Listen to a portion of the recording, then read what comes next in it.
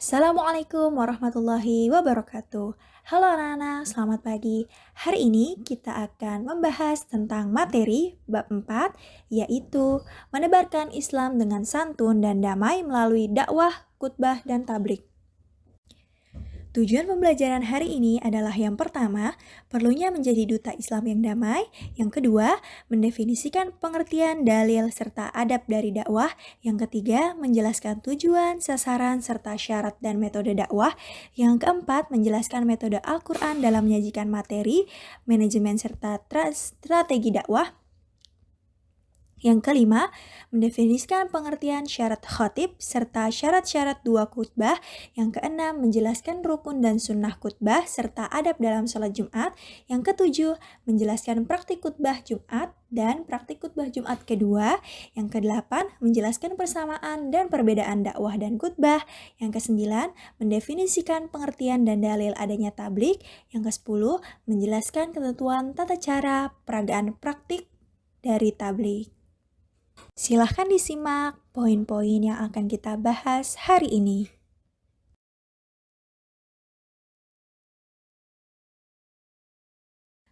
Sebelum kita masuk ke materi, menurut anak-anak, di masa sekarang siapa sih yang menjadi garda terdepan dalam mendakwahkan Islam? Ya, betul. Tentu dari sekelompok umat yang mengambil peran sebagai dai, khatib, mubalik, ataupun kiai di masyarakat.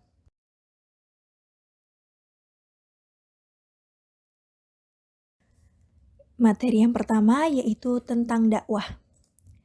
Pengertian dakwah adalah mengajak orang lain untuk meyakini kebenaran ajaran Islam dan mengamalkan syariat Islam agar tercapai pola hidup yang lebih baik, sehingga tercapai kebahagiaan di dunia dan di akhirat.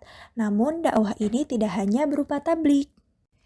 Dalil mengenai dakwah ini diterangkan pada Quran Surat Ali Imran ayat 104, yang artinya, dan hendaklah di antara kamu ada segolongan orang yang menyeru kepada kebajikan, menyuruh berbuat yang ma'ruf, dan mencegah dari yang mungkar. Dan mereka itulah orang-orang yang beruntung. Selanjutnya kita bahas mengenai adab berdakwah. Yang pertama, dakwah itu harus dengan cara yang hikmah, yaitu ucapan yang jelas, tegas, dan sikap yang bijaksana agar informasi yang disampaikan mampu dipahami dengan baik oleh penerima. Yang kedua, dakwah harus menggunakan cara mau'izatul hasanah atau nasihat yang baik, yaitu cara-cara persuasif, damai, menenteramkan, tanpa kekerasan dan edukatif, serta memberikan pengajaran, iktibar, serta pelajaran hidup.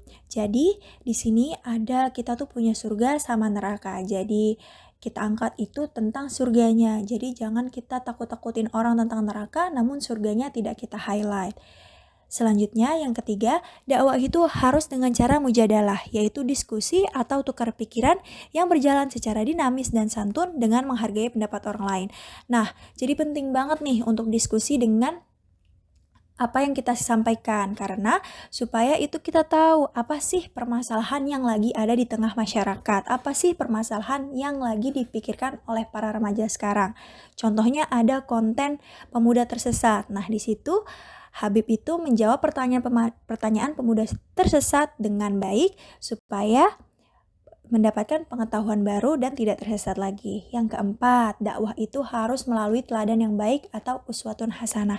Yang kita ketahui, suri tauladan yang baik yaitu ada Nabi Muhammad SAW. Tujuan dan sasaran dakwah. Tujuan dari dakwah yang pertama, beriman hanya kepada Allah Subhanahu wa taala dan tidak melakukan kemusyrikan. Yang kedua, menjadikan seluruh aktivitasnya hanya beribadah kepada Allah.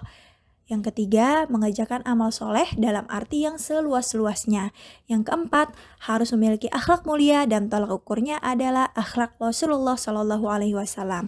Selanjutnya, sasaran dari dakwah yaitu yang pertama, memberi semangat kepada manusia agar selalu meningkatkan kualitas dan kuantitas amalnya. Yang kedua, mengubah jalan hidup dari yang tidak baik menjadi baik, serta yang menyimpang agar kembali ke jalan yang lurus. Selanjutnya syarat dakwah itu apa aja sih? Yang pertama ada huswatun hasanah, yaitu suri tauladan yang baik.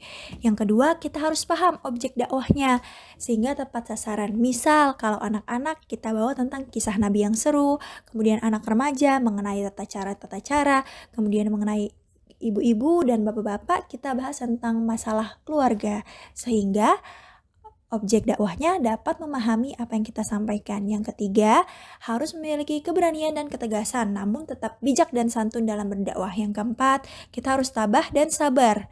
Yang kelima, kita harus menyadari sepenuh hati bahwa tugas kita hanyalah menyampaikan, mengajak, dan menyeru. Tentang hasilnya, itu kita harus serahkan kepada Allah. Yang keenam, selalu berdoa kepada Allah agar dakwah yang kita sampaikan dapat dimengerti oleh objek atau narasumber.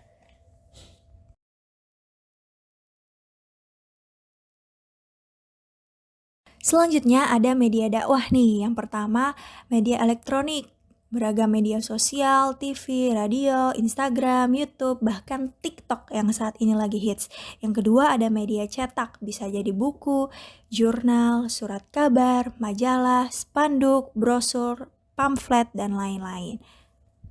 Kemudian dakwah isinya tuh apa aja sih? Yang pertama pembukaan, yaitu berisi salam, hamdalah, puji syukur, dan sholawat. Yang kedua isi, yaitu ada maksud, tujuan, objeknya, serta materi dan disertai dalil. Dan yang ketiga penutup.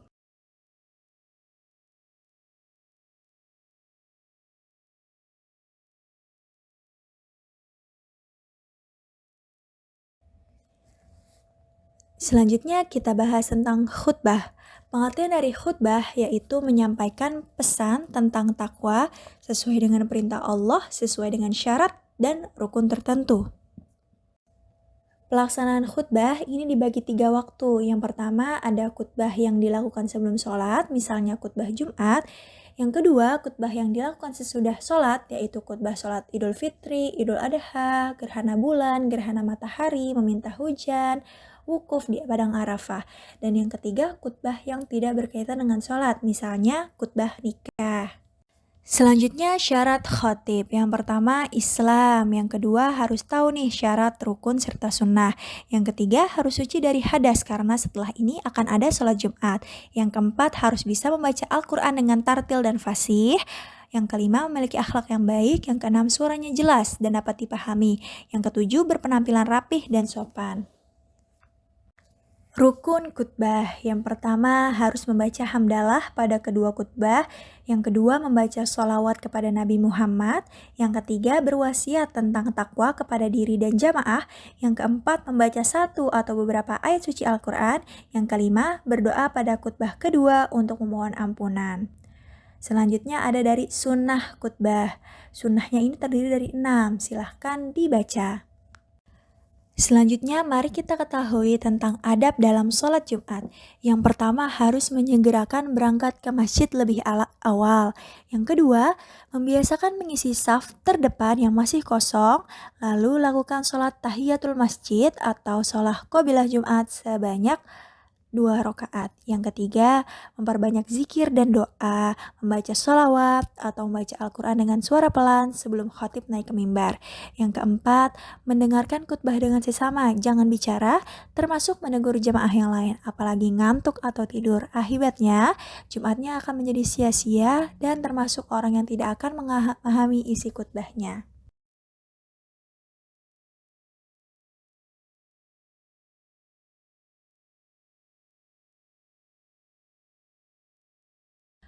Masuk materi ketiga yaitu tablik. Pengertian dari tablik yaitu menyampaikan atau memberitahukan pesan atau ceramah secara lisan atau perkataan. Tablik ini merupakan bagian dari dakwah.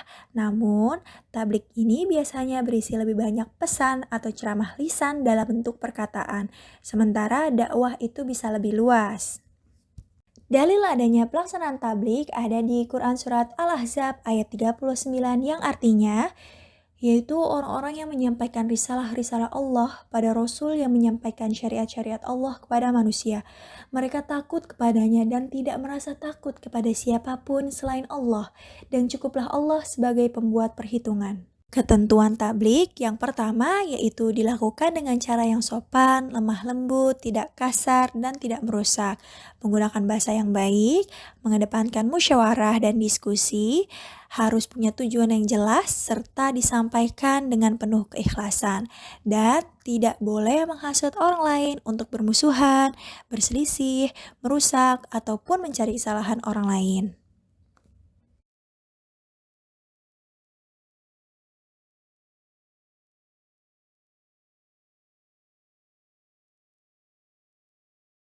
Kemudian apa sih perbedaan khutbah, tablik, dan dakwah? Yang pertama, khutbah itu dilaksanakan hanya pada waktu tertentu, yaitu sholat Jumat, Hari Raya Idul Fitri, ataupun khutbah nikah.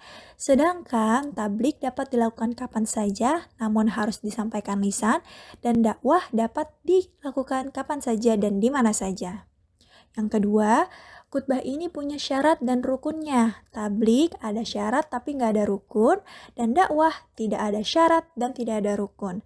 Yang ketiga, tempat dari khutbah yang pertama dia hanya dilakukan di masjid, serta ada mimbar khusus untuk pelaksanaannya. Tablik itu bisa mimbar khusus dan disampaikan langsung, dakwah tidak ada tempat khusus. Kemudian perbedaan yang keempat mengenai waktunya. Khotbah ini waktunya terbatas. Tablik ada yang terbatas, ada yang tidak, sedangkan dakwah waktunya tidak terbatas. Yang terakhir, orang yang melaksanakan khutbah disebut khatib, orang yang melaksanakan tablik disebut mubalik bagi laki-laki dan mubalighah bagi perempuan, dan orang yang menyampaikan dakwah disebut dai.